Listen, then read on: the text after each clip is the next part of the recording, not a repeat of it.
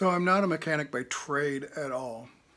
It's not what I was schooled for. My brothers had hot rods. I went to college. Not that you can't have hot rods and go to college, but only had enough money. Didn't really have enough money to go to college, but kind of pursued a vocation, and then on in life, I read so many hot rod, carcraft magazines, dreamed of different things, what I wanted to build. Finally got the opportunity with the Volkswagen to do a build, and that was after I started to volunteer at the Canadian War Museum here in Ottawa, Canada. And what that gave me the ability is hands-on. Now, I made a lot of goofs, still do. We haven't been there for over a year because of the pandemic. I've worked on tanks and Jeeps, but the main thing that I've done is trucks. So I did a Fordson canteen van. You can go to the Canadian War Museum and maybe find pictures of that.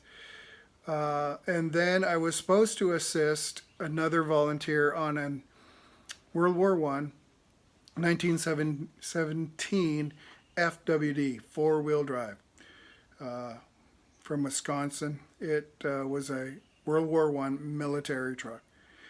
Sadly, he passed away. And then I was tasked to take over the project. So basically, it was a frame and a bunch of boxes.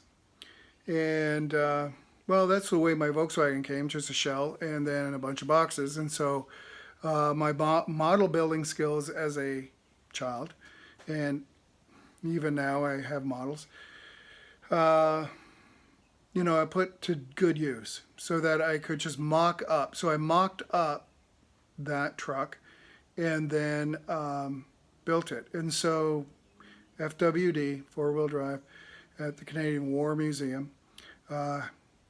Somebody else was supposed to rebuild the engine, but sadly they couldn't. They were sick. They understood those engines.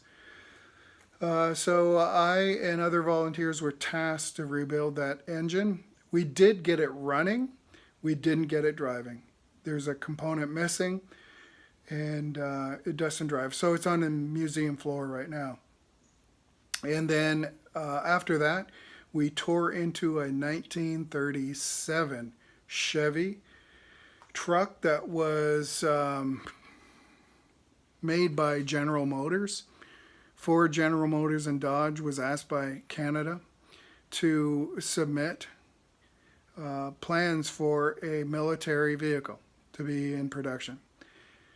So Chevy made one, and they didn't go with that design. They went with these kind of snub nose Ford. So Chevy, Ford made those.